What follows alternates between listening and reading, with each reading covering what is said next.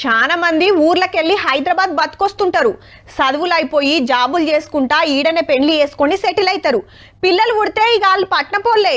ఏండ్ల కమానం ఇక్కడ వాతావరణంలో పెరిగి ఈడనే అలవాటైనోళ్ళు అమ్మమ్మ ఊరుకో నాయనమ్మ ఊరుకో పోయి బతుకమంటే ఇష్టపడతారా? ఏ గాడేముంది గాడ నాకేం తెలుసు, నాకంతా హైదరాబాదే అంటారు. జర్రంతా అటు ఇటుగా గీల పరిస్థితి సుత గట్లనే ఉన్నదబ్బా.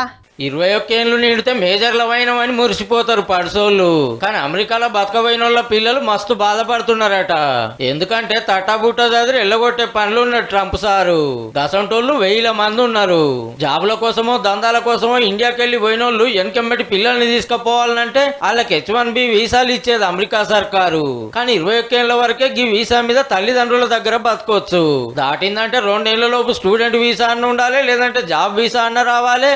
అది కాదంటే గ్రీన్ కార్డ్ ఉండాలి. మారిన వీసా రూల్స్ చేయబట్టి ఇప్పట్లో ఏ ఒక్కటి వచ్చే కోప అయితే లేదు. ఇక వాళ్ళు సూట్ కేసు చదువుకొని ఇండియాతో పట్టాల్సిందే.